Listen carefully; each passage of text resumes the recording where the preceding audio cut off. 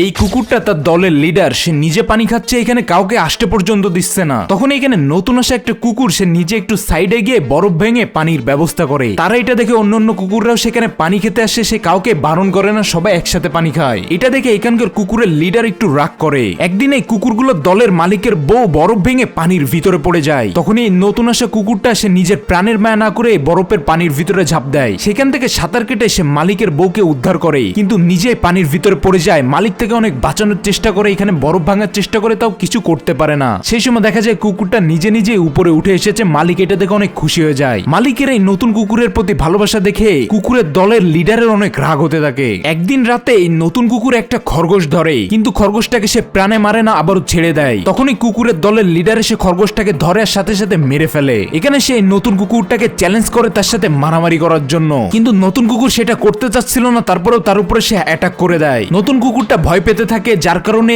এই লিডার তাকে মেরে এখানে অজ্ঞান করে দেয়। এটা দেখে কুকুরের দলের লোকেরা অনেক রেগে যায়, কেননা এই নতুন কুকুরটা খুবই ভালো ছিল, সে সবসময় তাদেরকে সাহায্য করত। দলের অন্যান্য সদস্যরাও যখন লিডারের উপরে হামলা করতে যায়, তখন এই নতুন কুকুর আবারও উঠে দাঁড়ায়। সে নিজে আবারও লড়াই করে আর এই কুকুরটাকে এখান থেকে হারিয়ে দেয়, যার কারণে লজ্জায় এই লিডার তার গ্রুপ ছেড়ে দেয় আর এখান থেকে অনেক দূরে চলে যায়। এই নতুন কুকুরটাই এখন থেকে এই দলের লিডার, আর এত ভালো লিডার পেয়ে এখানে পুরো কুকুরের দলরাই অনেক খুশি হয়।